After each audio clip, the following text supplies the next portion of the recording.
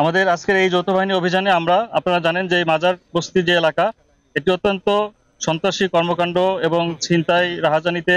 এইসব এলাকার মানুষজন জড়িত এবং সুনির্দিষ্ট তথ্যের ভিত্তিতে আমরা আজকে এই অভিযানটি পরিচালনা করি এবং আপনারা দেখতে পাচ্ছেন আমরা বেশ কিছু বিভিন্ন ধরনের মাদকদ্রব্য এবং উদ্ধার করেছি এবং সেই সাথে দেশীয় অস্ত্রশস্ত্র যেগুলো সন্ত্রাসী কর্মকাণ্ডের সাথে ব্যবহৃত হয় এবং সংশ্লিষ্ট চিহ্নিত বেশ কিছু সন্ত্রাসী এবং আমাদের মাদক সেবী মাদক ব্যবসায়ী এই সংশ্লিষ্ট আমরা লোকজনকে আটক করেছি এবং আমাদের বেশ কিছু মাদকদ্রব্য সহ যে দেশীয় অস্ত্রশস্ত্র আমরা আজকে জব্দ করেছি সেগুলোর আমরা আইনগতভাবে নিষ্পত্তি করব এবং আমাদের এই অভিযানটি আমরা আশা করছি যে সামনে যে রমজান মাস এবং এই রমজান মাসের এই এলাকার আইন শৃঙ্খলা পরিস্থিতি অনেকাংশেই অবনতি হতো বলে আমাদের ধারণা ছিল। সেই কারণেই আমাদের এই আজকের অভিযান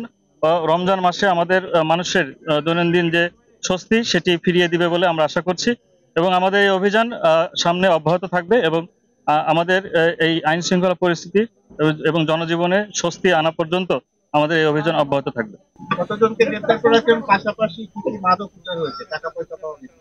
আমাদের বেশ কিছু নগদ টাকা উদ্ধার হয়েছে এখান থেকে এই অভিযানের ভিত্তিতে। সেটি আমাদের এখনো গণনা শেষ হয়নি, গণনা চলছে, গণনা শেষ হলে আমরা বলতে পারবো সংখ্যাটা। এবং আমাদের এখানে আজকের এই অভিযানে আনুমানিক 60 জনের মতো আমরা মাদক সেবী মাদক ব্যবসায়ী এবং যারা বিভিন্ন ধরনের সন্ত্রাসী কর্মকাণ্ডে লিপ্ত চিহ্নিত আমাদের তালিকাভুক্ত ছিল আমাদের সেই সমস্ত ব্যক্তিদের আমরা আটক করেছি। এখানে আমরা বিভিন্ন ধরনের মাদক পেয়েছি, গাঁজা থেকে শুরু করে আমাদের দেশীয় মদ এবং অন্যান্য ইয়াবা থেকে শুরু করে বিভিন্ন ধরনের মাদকদ্রব্য আমরা উদ্ধার করেছি।